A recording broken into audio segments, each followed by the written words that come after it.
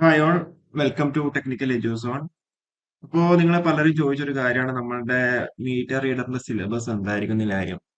Obviously നിങ്ങൾ പലരും Google ചെയ്തിട്ടുണ്ടാവും, പക്ഷെ നിങ്ങൾക്ക് ഇവിടെ സിലബസ് കിട്ടിയിട്ടുണ്ടാവില്ല. ഓക്കെ. അപ്പൊ ഇതിൽ നിങ്ങൾ ശ്രദ്ധിക്കേണ്ട ഒരു കാര്യം എന്താണെന്ന് വെച്ചാൽ മീറ്റർ റീഡറിന്റെ ക്വാളിഫിക്കേഷൻ വരുന്നത് പ്ലംബിംഗ് ആണല്ലേ, ITI പ്ലംബിംഗ് ആണ്.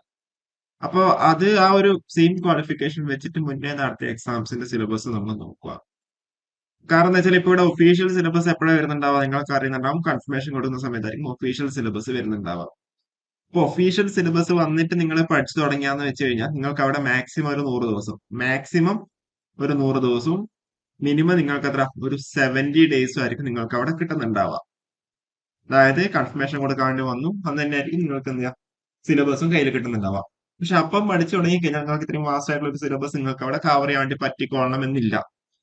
ഓക്കെ. അപ്പൊ അതുകൊണ്ട് നിങ്ങൾ ചെയ്യേണ്ട കാര്യം എന്താ വെച്ചാൽ കഴിഞ്ഞ വർഷം നടന്ന അല്ലെ കഴിഞ്ഞ പ്രാവശ്യം നടന്ന പ്ലംബിങ്ങിനെ ബേസ് ചെയ്തിട്ടുള്ള ക്വാളിഫിക്കേഷൻ ബേസ് ചെയ്തിട്ടുള്ള സിലബസ് എന്ത് ചെയ്യാം നിങ്ങൾ പഠിച്ചു തുടങ്ങാം. അപ്പൊ നമ്മൾ ഇന്നത്തെ വീഡിയോയിൽ അതാണ് നമ്മൾ ഡീറ്റെയിൽ ആയിട്ട് നമ്മൾ ഡിസ്കസ് ചെയ്യുന്നുണ്ടാവുക. ഇത് തന്നെയായിരിക്കും ഇനിയിപ്പോ മീറ്റർ റീഡറിന്റെ ക്വാളിഫിക്കേഷൻ പ്രകാരം നടത്തുന്ന എക്സാമിനും 95% സെയിം സിലബസിനെ ആയിരിക്കും ഉണ്ടാവാൻ സാധ്യത. മേ ബി അവിടെ 5% അവിടെ എന്തുകൊണ്ട് മാറ്റം വരാൻ സാധ്യതയുള്ളതെന്ന് വെച്ചാൽ ക്വസ്റ്റ്യൻ ഇടുന്നത് നമ്മൾ ആരുമല്ല, സിലബസ് സെറ്റ് ആക്കുന്നത് നമ്മൾ ആരുമല്ല, PSC തന്നെയാണ്, PSCയുടെ ടീം തന്നെയാണ് സെറ്റ് ആക്കുന്നത്. അപ്പൊ അവിടെ മീറ്റർ റീഡർ ആയതുകൊണ്ട് വേറെ എന്തെങ്കിലും അവർക്ക് അവിടെ ആഡ് ഓൺ അഡ്വാൻറ്റേജ് വേണമെന്നുണ്ടെങ്കിൽ അവർക്ക് അവിടെ ആഡ് ആക്കാൻ വേണ്ടിയിട്ടാണ് നമ്മൾ അവിടെ 5% അവിടെ ഒരു നമ്മൾ കൺസിഡർ ചെയ്യുന്നത്. ഓക്കെ. അപ്പം സിലബസ് വന്നിട്ട് പഠിച്ചു തുടങ്ങാന്ന് വെച്ചാൽ നിങ്ങൾക്ക് നടക്കുന്നുണ്ടാവില്ല. അതുകൊണ്ട് നിങ്ങൾ ഇപ്പോഴേ എന്താ കഴിഞ്ഞ പ്രാവശ്യത്തെ സിലബസ് വെച്ചിട്ട് നിങ്ങൾ പഠിച്ചു തുടങ്ങാം. ഫസ്റ്റ് ഓഫ് ഓൾ ഈ ഒരു PDF നമ്മൾ താഴെ ഡിസ്ക്രിപ്ഷൻ ബോക്സിൽ നമ്മൾ ആഡ് ആക്കാം. അപ്പോൾ നിങ്ങൾ ചെയ്യേണ്ടതെന്ന് വെച്ചാൽ ഈ ഒരു PDF ഫസ്റ്റ് നിങ്ങൾ ഡൗൺലോഡ് ചെയ്തെടുക്കുക, എന്നിട്ട് അതിന്റെ പ്രിന്റ് ഔട്ട് എടുക്കുക. എന്നിട്ട് എന്ത് ചെയ്യുക, രണ്ട് പ്രിന്റ് ഔട്ട് എടുത്ത് വെക്കണം. ഓക്കെ. ഒന്നാമത്തെ പ്രിന്റ് ഔട്ട് നിങ്ങൾ എവിടെ വെക്കണം എന്ന് വെച്ചാൽ നിങ്ങൾ പഠിക്കുന്ന സ്ഥലം അല്ലെങ്കിൽ നിങ്ങൾ എപ്പോഴും കാണുന്ന ഒരു സ്ഥലം ഉണ്ടാവുമല്ലോ, അവിടെ വാളിൽ പേസ്റ്റ് ചെയ്ത് വെക്കാം ഒന്നാമത്തത്. രണ്ടാമത്തെ എന്താ, നിങ്ങൾ കൃത്യമായിട്ട് ഓരോ കാര്യങ്ങൾ നിങ്ങൾ ഓൺലൈൻ സോഴ്സ് വെച്ചിട്ടായിരിക്കും നിങ്ങൾ പഠിക്കുന്നുണ്ടാവാം. അപ്പൊ പഠിച്ച കാര്യങ്ങൾ എന്താ, സിലബസ് പ്രകാരം പഠിച്ച കാര്യങ്ങൾ നിങ്ങൾ എന്താ അണ്ടർലൈൻ ചെയ്ത് പോവുക. അതേപോലെ സ്വന്തമായിട്ട് ഒരു സ്റ്റഡി നോട്ട്സ് ഉണ്ടാക്കുക, അതിൽ കൃത്യമായിട്ട് നോട്ട് ചെയ്ത് പോവുക. അങ്ങനെയൊക്കെയാണ് നമ്മൾ പ്രിപ്പയർ ചെയ്യേണ്ടത്. ഓക്കെ. അപ്പോൾ ഇതിന്റെ ഡീറ്റെയിൽ ആയിട്ട് ഒരു ക്വസ്റ്റ്യൻ പേപ്പർ ഡിസ്കഷൻ വീഡിയോ നമ്മൾ ഡീറ്റെയിൽ ആയിട്ട് നമ്മൾ ചെയ്യുന്നുണ്ടാവും. Okay. Question paper discussion video നമ്മൾ ഡീറ്റെയിൽ ആയിട്ട് ചെയ്യുന്നുണ്ടാവും. കഴിഞ്ഞ വർഷത്തെ വെയിറ്റേജ് കാര്യങ്ങളൊക്കെ നമ്മൾ അതിൽ പറയുന്നുണ്ടാവും. എനിവേ നമുക്ക് വീഡിയോയിലോട്ട് വരുവാണെന്നുണ്ടെങ്കിൽ സിലബസിലേക്ക് വരാം.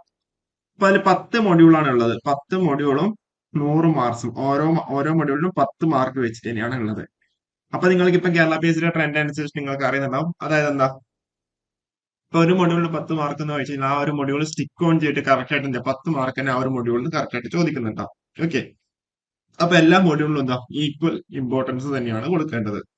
അപ്പൊ അതിൽ ഫസ്റ്റ് മൊഡ്യൂളിൽ വരുന്നത് സേഫ്റ്റി മെഷേഴ്സും കോമൺ ഹാൻഡ് ടൂൾസ് ആൻഡ് എക്യുപ്മെന്റ്സും ആണ് നമ്മുടെ ഫസ്റ്റ് മൊഡ്യൂളിൽ വരുന്ന ടോപ്പിക്സ്. അതിൽ എന്തൊക്കെയാണ് importance of safety and general precautions in plumbing works, അതേപോലെ measuring and marking tools, cutting tools, plumbing tools, various types of machineries, equipments and its operations. 10 mark അവിടെ പറഞ്ഞു. രണ്ടാമത്തെ മൊഡ്യൂൾ ഏതായിരുന്നു, മെറ്റൽസും പിന്നെന്താ പൈപ്പ് ആൻഡ് പൈപ്പ് ഫിറ്റിംഗ്സ്. എന്തൊക്കെയാ properties of metals, alloys of metals ഏതൊക്കെയാണ്, പിന്നെ ഡിഫറെന്റ് ടൈപ്സ് ഓഫ് പൈപ്സ് എന്താണ്, അതിന്റെ മാനുഫാക്ചറിങ് എന്താണ്, various types of pipe fittings എന്താണ്, അതൊക്കെയാണ് 10 മാർക്കിന് പറഞ്ഞേക്കുന്നത്. മൂന്നാമത്തെ മൊഡ്യൂളോ water and water distributions, impurities of water and water treatment, എന്തൊക്കെയാണ് source of waters, testing of waters, അതായത് വാട്ടറിന്റെ quality testing, laying of distribution pipe, testing of pipe lines, domestic water connection, reservoirs, അതിലെല്ലാം കൂടി ഇന്ത്യ 10 മാർക്ക് അവിടെ പറഞ്ഞിട്ടുണ്ട്. ഇനിയിപ്പോ നാലാമത്തെ module pump and pumping, use of pump, types of pump, working principle എന്താണ്, റിപ്പയറിംഗ് എന്താണ്, water storage systems, working method, 10 mark അവിടെ.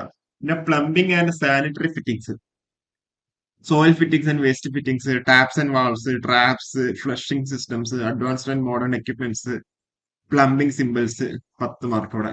പിന്നെ fasting 10 mark, drainage system 10 mark, joining and laying of pipe lines 10 mark, മേസൺറിന്ന് 10 mark.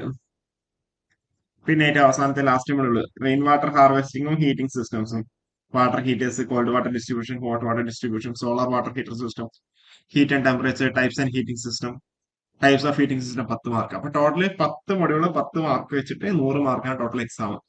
അപ്പൊ ഇതില് ചിലപ്പോഴെന്താ വേണമെന്നുണ്ടെങ്കിൽ അവർക്ക് അവിടെ മീറ്റർ റീഡറിന്റെ കേസിൽ സിലബസ് വേണമെങ്കിൽ ചേഞ്ച് ചെയ്യാം. പക്ഷെ ഇവിടെ പ്ലംബിംഗ് ആയതുകൊണ്ട് നിങ്ങൾ പ്ലംബിങ്ങിന്റെ ട്രേഡ് ആണ് ക്വാളിഫിക്കേഷൻ വരുന്നത്. അപ്പൊ അതിൽ നിങ്ങൾ പഠിക്കുന്ന കാര്യങ്ങളായിരിക്കണം നമ്മുടെ എക്സാമിന് ചോദിക്കുന്നുണ്ടാവുക.